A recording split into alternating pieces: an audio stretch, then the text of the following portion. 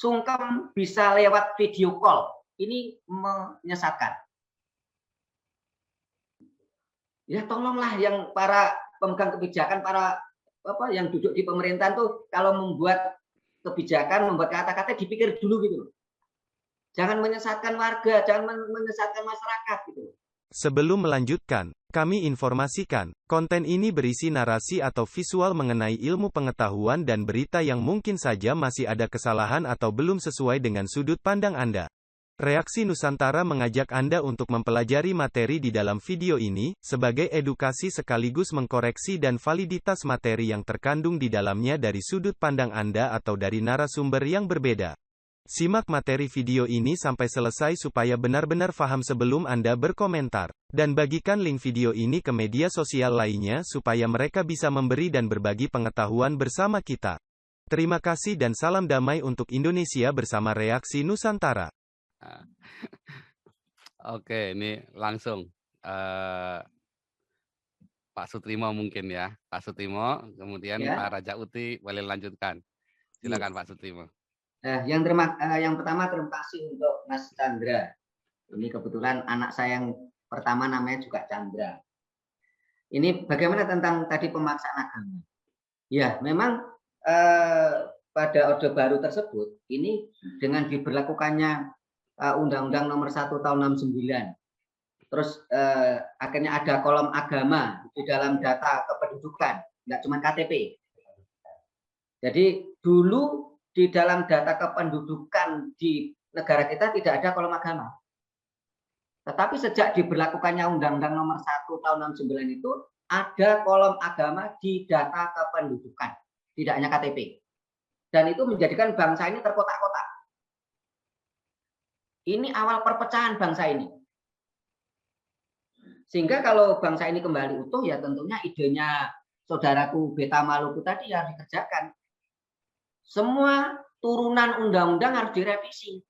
Bertentangan enggak dengan Pancasila? Bertentangan enggak dengan Undang-Undang Dasar 45 yang asli ya, bukan yang amandemen. Karena dengan Undang-Undang Nomor 1 Tahun 69, pemerintah memaksakan warga negara untuk beragama itu bertentangan dengan Pancasila. Harusnya undang-undang tadi dihapus. Nah, kalau undang-undang dihapus, otomatis undang-undang penistaan agama juga dihapus. Karena itu menandakan negara atau pemerintah mencampuri agama yang seharusnya tidak boleh karena negara kita bukan negara agama. Negara kita negara Pancasila. Yang diatur adalah umat beragama. Karena umat beragama itu warga negara. Sehingga kalau seperti itu kita nggak perlu tanya, oh agama Anda apa Anda. Kita semuanya rukun, satu bangsa. Tidak peduli apapun agama Anda, kalau Anda melakukan kriminal, ya otomatis itu dipidanakan.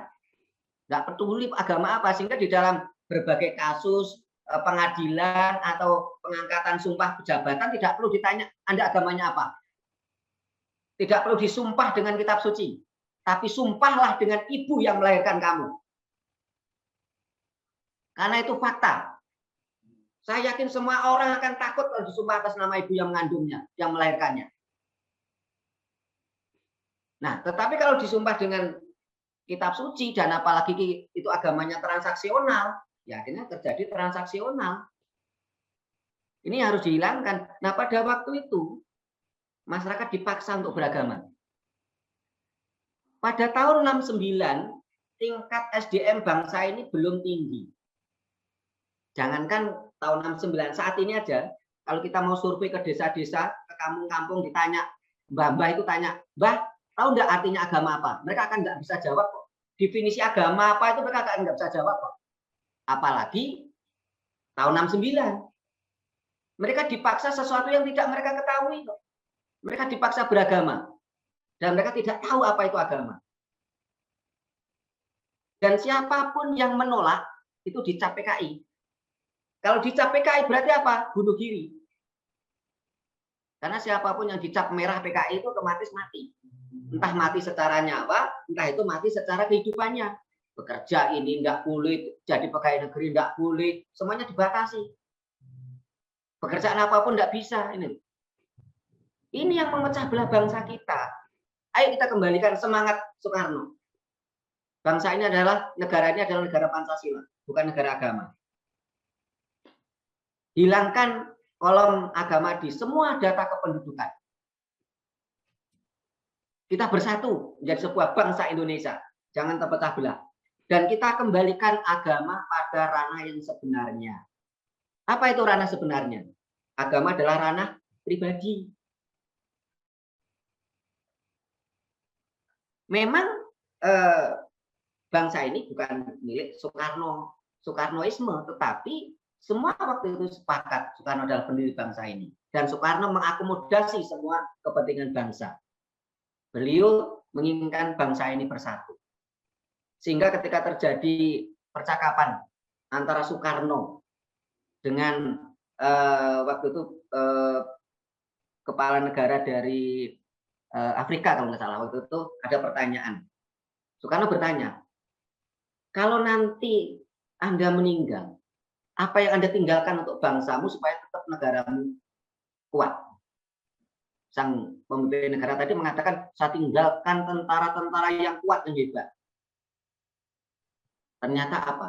Negara tersebut sekarang terpuruk. Nah, ketika sang kepala negara tadi balik bertanya kepada Soekarno, apa yang kau tinggalkan untuk bangsa Indonesia yang menjamin bangsa Indonesia tetap utuh? Soekarno menjawab, Pancasila. Dan itu fakta. Pancasila lah pemersatu bangsa ini. Ini untuk Mas Chandra dan sekaligus untuk saudaraku Beta Maluku ya. Bagaimana kita harus memisahkan urusan negara dan urusan agama. Dan itu merupakan tuntutan dasar negara kita Pancasila. Karena memang negara kita bukan negara agama, tapi negara Pancasila. Terus selanjutnya untuk Pak Victory Mandayo. Saya terima kasih sekali. Pak Victory ini bukan orang Jawa, tapi suka belajar dan mencintai budaya Jawa.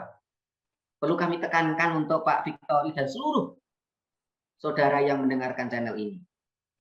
Ketika ajaran Israel itu memihak bangsa Israel.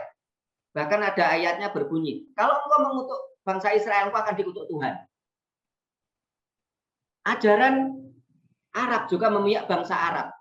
Sampai-sampai ajarannya mengutuk pesaingnya Arab, yaitu Yahudi. Tetapi ajaran Jawa tidak memihak bangsa Jawa.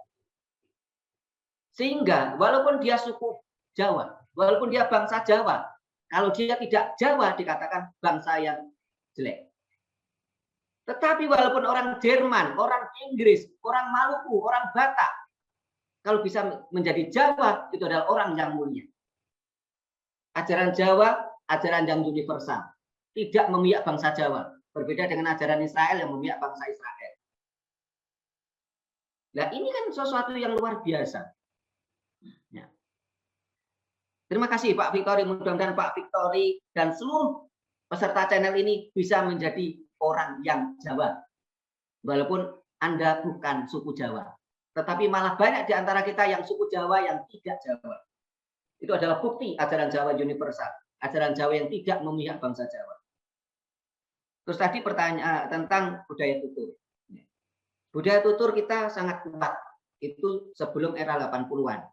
Tapi setelah itu, saat ini budaya tutur kita lemah. Saya masih ingat dulu masa kecil saya. Budaya tutur ini disampaikan oleh simbah-simbah saya. Sehingga kalau mau tidur, itu simbah itu cerita. Ini budaya tutur, dongeng. Nah saat ini, dongeng sebelum tidur itu sudah tidak ada. Itu yang akhirnya bangsa kita menjadi budaya tuturnya lemah. Anak-anak kita lupa pada sejarah. Anak-anak kita lupa pada leluhurnya. Nah mudah-mudahan dengan diciptakannya YouTube oleh katanya orang kafir, tapi ini bermanfaat. Ini menjadi pengganti dongeng sebelum tidur. Dan kita, penggiat-penggiat budaya ini, mencoba memanfaatkan itu. Semoga channel-channel kita yang berbicara tentang budaya itu menjadi pengganti dongeng sebelum tidur dari simbah-simbah kita. Nah, apa saja kegiatan Raket Prasojo? Oh banyak Pak. Ini pernah kita sampaikan ke sama Pak Paul beberapa waktu yang lalu ya. Kita ada kegiatan mocopat, kita ada kegiatan wayang kulit, wayang orang, kegiatan seni yang lain seperti jaranan. Banyak kegiatan-kegiatan kita. Seni budaya kita ada banyak kegiatan. Terus kita juga adakan sarasean-sarasean. Karena kita sejak berdirinya organisasi ini tahun 95, kita menyadari bahwa bangsa ini dijajah secara psikis. Sehingga solusinya apa? Solusinya adalah injeksi psikologi. Kita beri pencerahan secara psikis. Sehingga kita adakan sarasen-sarasen di berbagai daerah. Setiap di mana kita punya punya orang, ya, itu kita dorong untuk lakukan sarasen-sarasen. Selain itu, mulai tahun 97 kami aktif ngisi di berbagai radio dan televisi. Kita siaran langsung, walaupun awalnya oleh media itu kita harus membayar. Ya kita biaya dengan uang kantong sendiri, kita bayar ke media tadi. Terus lama-lama kita nego ke media tadi, ke radio, ke televisi tadi. Kita tidak bayar, tapi juga tidak dibayar. Toh program kita juga dibutuhkan oleh mereka. Tetapi tentunya walaupun kita tidak bayar dan tidak dibayar ke media-media tadi, tetapi kan kita tetap butuh dana. Minimal apa itu? Kita butuh literasi. Kita butuh data. Ini juga dana. Setelah itu BBM. BBM kita dari rumah ke studio radio televisi. Nah, karena kondisi seperti itu akhirnya mulai terakhir 2011 kita kegiatan rutin siaran di radio dan televisi kita hentikan. Tapi kalau insidental kita masih ada sampai sekarang. Karena tadi kita kesulitan soal dana tadi. Nah, kegiatan ini terus untuk menghadang karena memang penghancuran budaya itu luar biasa. Bahkan saat ini Pak Paul, ini saya sangat prihatin sekali pada pemerintah kita. Karena pemerintah kita sedang memviralkan kata-kata yang menyesatkan. Apa itu? Sungkem bisa lewat video call. Ini menyesatkan. Tolong para semua peserta ini viralkan ini. Sungkem lewat video call ini menyesatkan. Kenapa kok saya katakan menyesatkan? Kalau lewat video call itu bisa silaturahmi, bisa saling meminta maaf, itu benar. Tetapi kalau kata-kata sungkem lewat video call ini menyesatkan. Kenapa? Loh, sungkem itu kan sebuah tindakan. Kalau kita sungkem ke orang tua lewat video call kan berarti yang kita sungkemi kan HP kita. Ya tolonglah yang para pemegang kebijakan, para yang duduk di pemerintahan tuh kalau membuat kebijakan, membuat kata-kata dipikir dulu gitu. Jangan menyesatkan warga, jangan menyesatkan masyarakat gitu. Sungkem bisa lewat video call, nah, ini kan menyesatkan.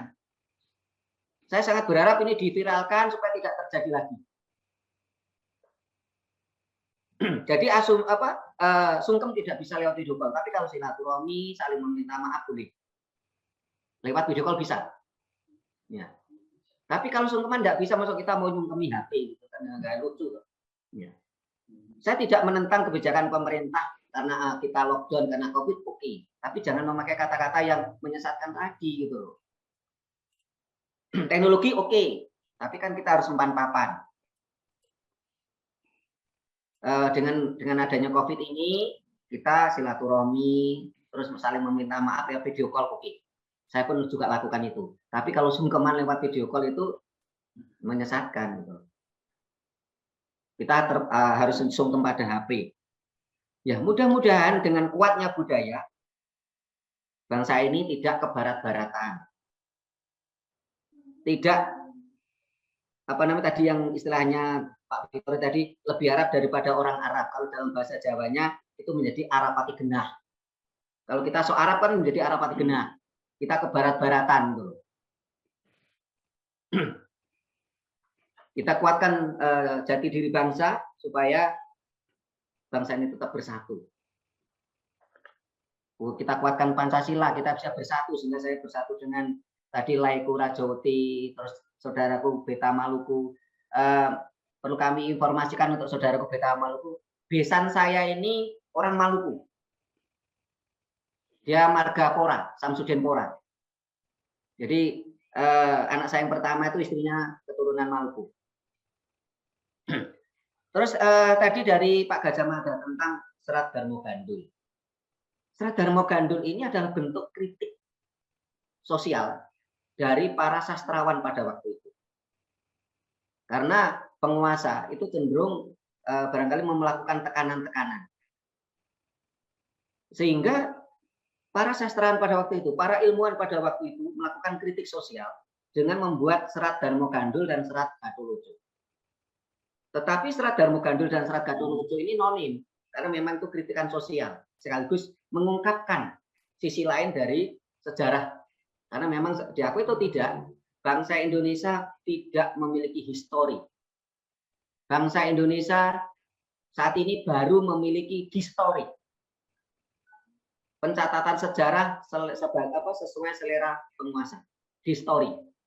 Bangsa kita belum punya histori. Pencatatan sejarah secara independen. Nah, serat Darmogandul dan Gatholoco ini merupakan kritik sosial, sehingga di situ nonim. Nah, saat ini kalau bagaimana apakah serat Darmogandul dan Gatholoco ini bisa menjadi acuan? Ya tentunya harus kita pilah. Karena itu kan kritik sosial yang kadang-kala juga terasumsi oleh penciptanya. Sehingga kita harus di serat Darmogandul dan Gatholoco tidak sepenuhnya salah, tapi juga tidak sepenuhnya benar. Karena itu kritik sosial dari sastrawan dan ilmuwan pada masanya. Terima kasih Pak Paul. Mohon maaf kalau ada yang belum terpuaskan atas jawaban saya. Mungkin kita ke para Cauti dulu ya. Para Cauti ini biar gubrak-gubrak dikit. Silakan. Sebentar. Terima kasih Anda telah meluangkan waktu untuk memberi masukan kepada kami, dan semoga komentar Anda bisa bermanfaat untuk edukasi generasi penerus bangsa ini, terutama bagi diri kita sendiri dan untuk mereka yang mau berpikir dengan akal sehat. Karena dengan akal sehatlah kita bisa bedakan mana yang terbaik untuk orang lain, saudara, keluarga dan terutama untuk diri kita sendiri. Semoga hari-hari Anda selalu dirahmati Tuhan Yang Maha Esa. Dan sampai ketemu lagi di konten Reaksi Nusantara channel berikutnya. Salam sejahtera bersama keluarga.